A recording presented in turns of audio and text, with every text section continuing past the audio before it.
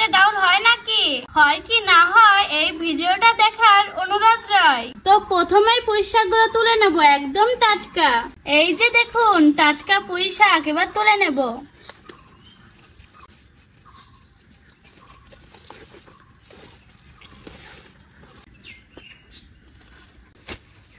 আমার মন মতো পুঁই শাক তুলে নিয়েছি, এই করে হলেই হয়ে যাবে। আপনাদের যতটুকু প্রয়োজন ততটুকুই নিয়ে নেবেন। তো চলুন রেসিপিটি শুরু করা যাক। বন্ধুরা এবার পুঁই শাকগুলো সুন্দর মতন বেছে নেব।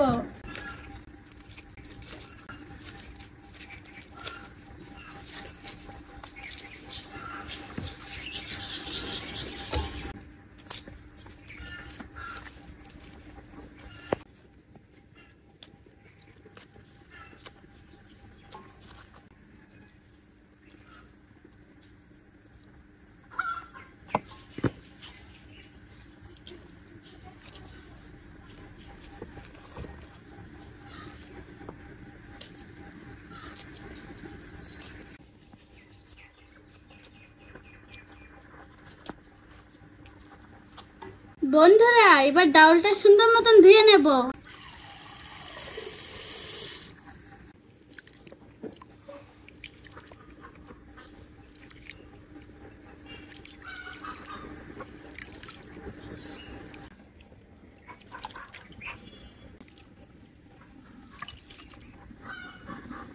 এবার দিয়ে দিচ্ছি ধুয়ে রাখা ডাউল।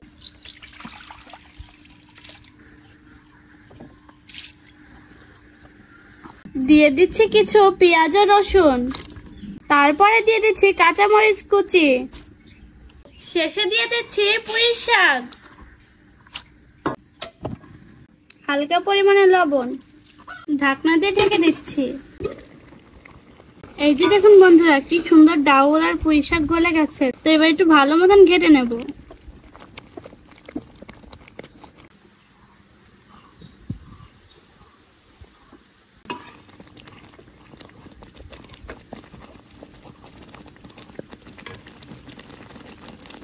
বন্ধুরা এবার আমি ডাউলটা নামিয়ে নেব, তারপর ডাউলটা সুন্দর মতন বাগার দিয়ে নেব।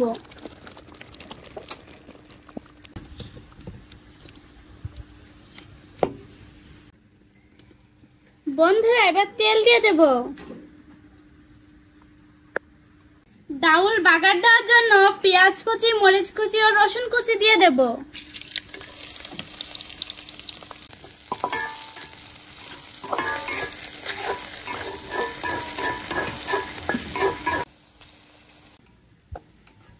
বন্ধুরা দেখুন ডাউল রাঁধতে রাঁধতে বৃষ্টি চলে এসেছে। তো এবার দিয়ে দেব ডাল সম্বরা।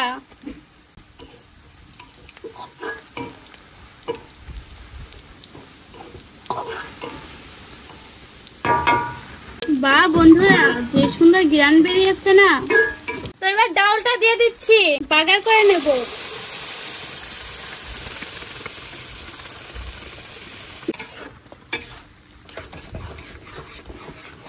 আমার মনে হচ্ছে কি পৃথিবীর সবচেয়ে মজাদার ডাউল রান্না হচ্ছে, তার মধ্যে ঝিরঝির বৃষ্টি পড়ছে। তো এবার একটু পানি দিয়ে ডাউলটা সুন্দর মতন পাতলা করে নেব।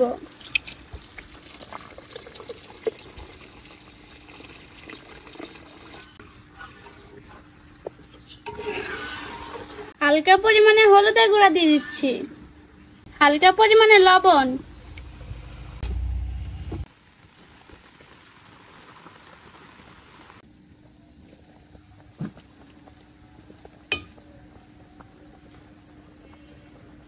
বন্ধুরা এই যে দেখুন কি সুন্দর বলক উঠেছে। হয়ে গেল আমার পুঁই শাকের ডাউল।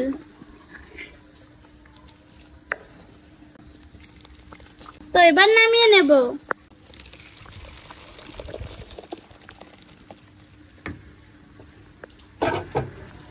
এই যে দেখুন পুঁই শাকের ডাউল তৈরি করে ফেললাম, কি সুন্দর দেখতে আর যা ঘ্রাণ বেরিয়েছে না, আর ভাত দিয়ে খাওয়ার পরে যা লাগবে আর সীমার বাইরে সেটা তো আর বলতে পারবো না, অন্য এক ভিডিওতে জানিয়ে দেব। তো রেসিপিটি কেমন লাগলো অবশ্যই কমেন্ট করে জানাবেন। আর এই পুঁই শাকের ডাউল আপনারাও বাসায় বানিয়ে নেবেন, দেখবেন কেমন মজা। তো বন্ধুরা, আবারও পরবর্তী নতুন রেসিপি নিয়ে দেখা হবে। সে পর্যন্ত সবাই ভালো থাকুন, সুস্থ থাকুন। আল্লাহ হাফেজ, টাটা।